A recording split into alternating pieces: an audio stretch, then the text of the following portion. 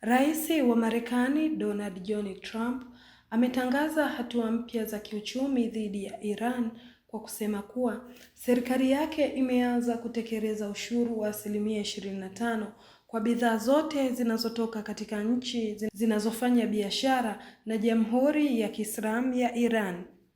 Alitangaza hatua hiyo jana Jumatatu kupitia mitandao ya kijamii na inalenga kuongeza shinikizo kwa Iran wakati maandamano ya kupinga serikali yakiingia wiki ya 3 mfululizo.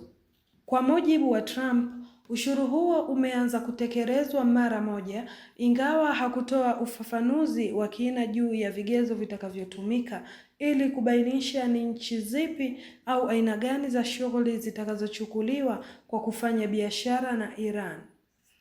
Ukosefu huo wa maelezo umeibua maswali mengi miongoni mwa wachambuzi wa uchumi wa kimataifa na ushirika wa biashara wa Marekani kuhusu athari halisi za sera hiyo mpya. Iran ina uhusiano mpana wa kibiashara na mataifa kadhaa yakiongozwa na China kama mshirika wake mkubwa zaidi wa kibiashara.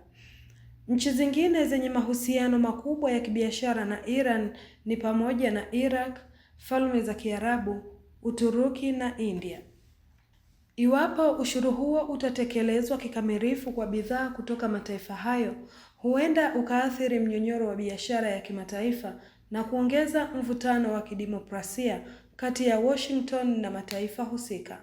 Hatua hiyo ya kiuchumi inakuja katika mazingira ya mvutano mkubwa wa kisiasa na kiusalama, huku Iran ikikabiliwa na maandamano makubwa ya wananchi wanaoipinga serikali. Hapo awali, Trump ametishia kuchukua hatua kali zaidi, ikiwemo uwezekano wa kuingilia kijeshi endapo serikali ya Iran itaendelea kutumia nguvu dhidi ya waandamanaji. Msemaji mkuu wa ikulu ya White House, Karoline Leavitt, alithibitisha siku ya Jumatatu kwamba chaguzi zote bado zipo mezani, akisema kuwa hatua za kijeshi ikiwemo mashambulizi ya angani bado zinatathminiwa na utawala wa Marekani. Aliongeza kuwa lengo kuu la Washington ni kuilazimisha Iran kuheshimu haki za raia wake na kusitisha kwa ukandamizaji unaoripotiwa dhidi ya waandamanaji.